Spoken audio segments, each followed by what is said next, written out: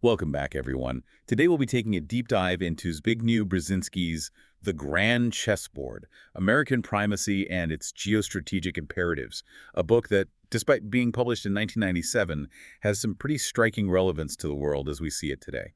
Brzezinski's core argument really revolves around Eurasia. That is, that massive landmass that encompasses Europe and Asia. And he basically says it's the most strategically vital region in the world. He calls it a chessboard, where the world's major powers are all competing for influence. And he says that for the U.S. to stay on top, we need to strategically manage this chessboard. He's not just talking about it in a general sense either. He names specific regions within Eurasia that are crucial, like Europe, Central Asia, and the Middle East. These, according to Brzezinski, are like the key squares on the board, the ones that determine who ultimately holds the power. Right, and it all comes down to this. Brzezinski argues that if any single power manages to control those key areas, it poses a direct challenge to the U.S.'s position as a global leader. So the book is really laying out a strategy, almost a roadmap, if you will, for how the U.S. can maintain its influence and make sure that a Eurasian hegemon doesn't emerge, a hegemon that could dominate the entire region and maybe even the world. So it's not just about pointing fingers at potential threats. The Grand Chessboard actually tells the U.S. what it needs to do. That's exactly right. Brzezinski was a big proponent of being proactive. He said the U.S. needs to be actively involved in Eurasian affairs, not just reacting after something happens. He envisioned a strategy that used a variety of tools. Diplomacy, of course, forming alliances, and yes, using military force when necessary. And the ultimate goal was always to maintain this balance of power, make sure no single entity could dictate the global order. Kind of like a game of chess, right? And just like a game of chess, Brzezinski had a clear strategy outlined, with three main pillars that formed the foundation of his whole argument. Absolutely. And those pillars are key to understanding his thesis. It's not just about America throwing its weight around. It's about really getting this complex interplay of forces happening in Eurasia. So, pillar number one is the geopolitical importance of Eurasia itself. Brzezinski makes the case that whoever controls this region basically holds the world's destiny in their hands. It's an idea that still holds a lot of weight, even today. Just look at what's happening in Ukraine, for example. The struggle for control over that central part of Eurasia. It's a core part of that conflict, which shows how relevant that first pillar remains. Like controlling the center squares on a chessboard, right? You control the center, you control the whole game. And of course, you can't talk about controlling the center without bringing up China's rise as a global power. Exactly. That leads right into the second pillar. Stopping a Eurasian hegemon from emerging. Brzezinski was very aware of the potential for both Russia and China to become dominant forces.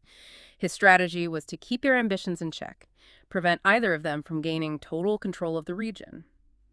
However, he might not have completely foreseen the level of cooperation we see between those two powers today. They're forming this increasingly strong partnership that really throws a wrench into the idea of keeping them separate to maintain U.S. influence. Well, it's like walking a geopolitical tightrope. Mm. And that brings us to his third pillar, which focuses on strategic alliances and engagement, which seems even more critical now, wouldn't you say? Without a doubt. Alliances were essential to Brzezinski's thinking. He pushed for the U.S. to nurture and maintain strong ties with key players in Eurasia. He saw diplomacy, economic partnerships, even military cooperation as tools to manage that delicate balance of power. He understood that a region as complex as Eurasia meant the U.S. couldn't just act alone.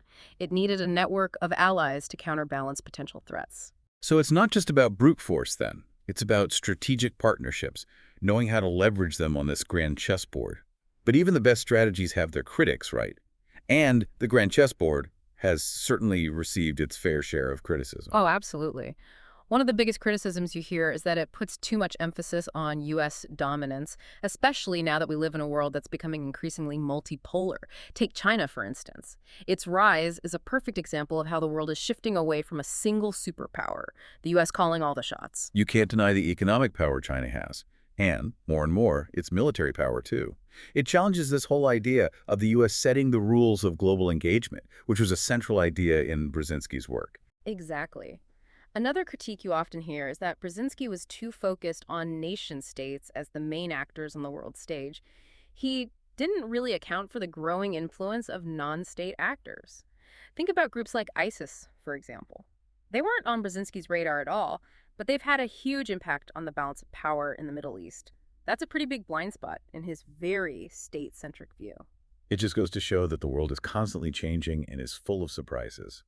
And that's also reflected in how global alliances keep shifting, like the growing partnership between China and Russia. Even though it wasn't completely unexpected, it's developed in a way that complicates some of Brzezinski's predictions.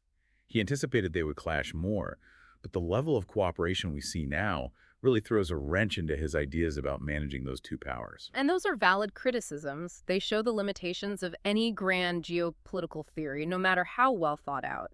But even so, the Grand Chessboard still offers some valuable insights into what we're seeing happen in the world today. I agree. Even though the world has changed since 1997, a lot of Brzezinski's observations about how important Eurasia is and the struggle for control over this pivotal region are incredibly relevant today. And you can see it most clearly when you look at what's happening in Ukraine. The conflict in Ukraine is a perfect illustration of that strategic importance of the Eurasian heartland that Brzezinski kept emphasizing. It's like a textbook example of the kind of power struggle he warned us about. You have Russia's ambitions on one side, and the West's determination to prevent Moscow from expanding its sphere of influence on the other. And as we talked about, the rise of China throws another wrench into the works. Brzezinski definitely saw China's potential to become a major player. And now its economic and military growth, especially with things like the Belt and Road Initiative, have completely changed the power dynamics in Eurasia. They're creating a whole new set of challenges for the U.S. You're absolutely right. It's forced recent U.S. administrations to rethink their entire approach to foreign policy. The focus has shifted away from the Middle East, which was a big focus in the post-Cold War era.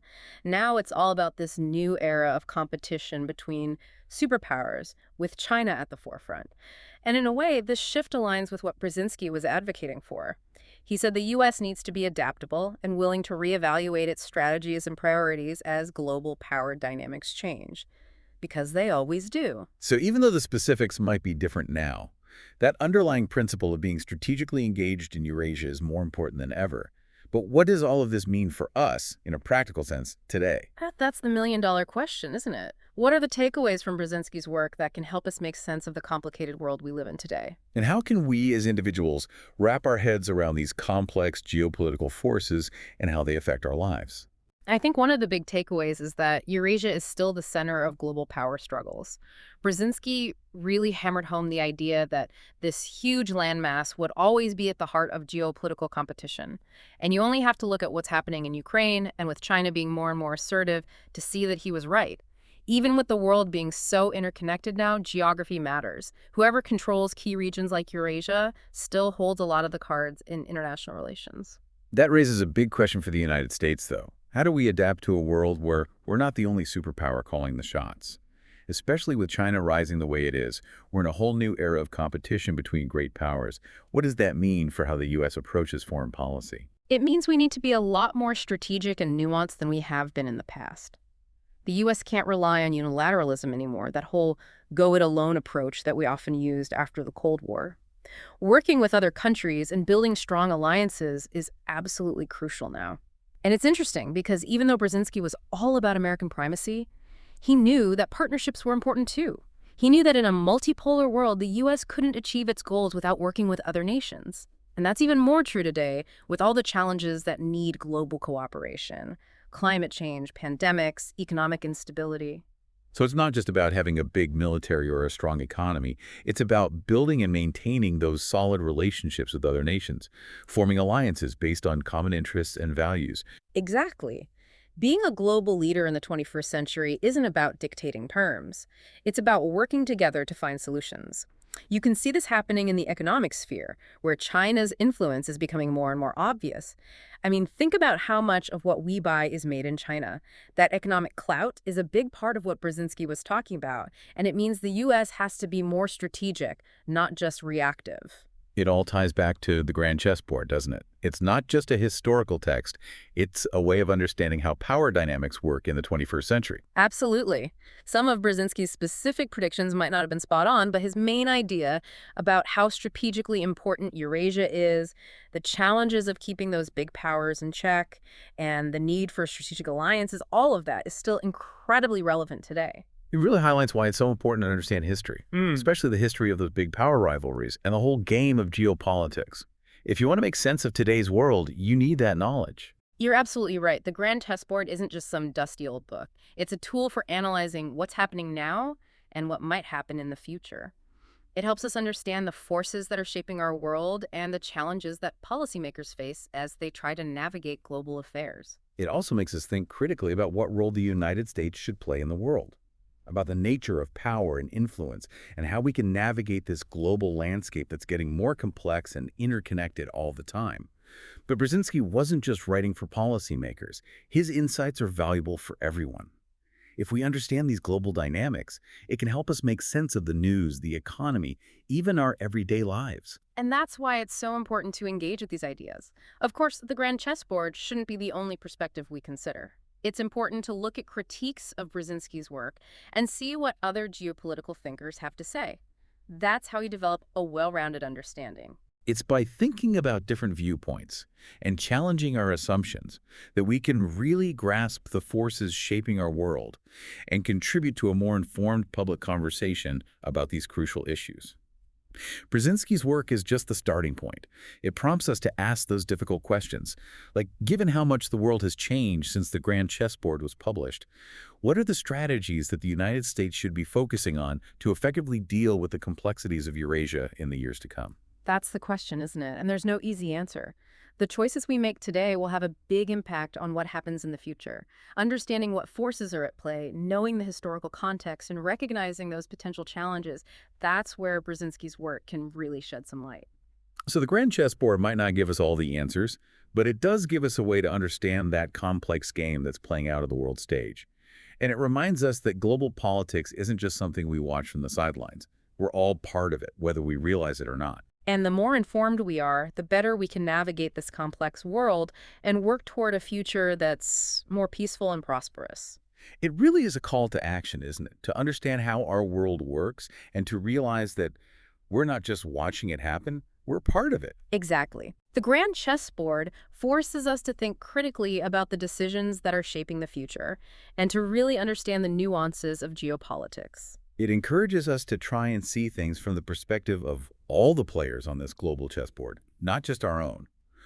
And it reminds us that trying to create a stable world is a constant balancing act. There are no easy answers. That's a really important point to take away from our deep dive today.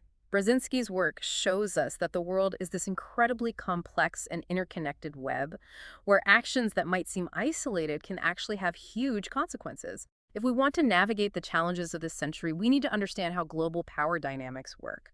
So as we wrap up our exploration of the Grand Chessboard, I want to encourage all of you listening to dig deeper into this topic. Don't just stop with Brzezinski's book. Look at what his critics have to say, too. Read different perspectives from other geopolitical thinkers.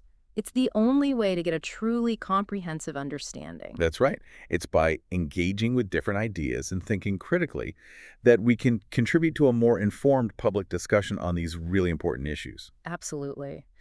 The Grand Chessboard is more than just a book about geopolitics. It's a tool for critical thinking and understanding the forces that shape our world. Thank you all for joining us on this deep dive into Zbigniew Brzezinski's The Grand Chessboard. We hope it sparked your curiosity and given you some things to think about as you continue to explore the ever-changing world of geopolitics.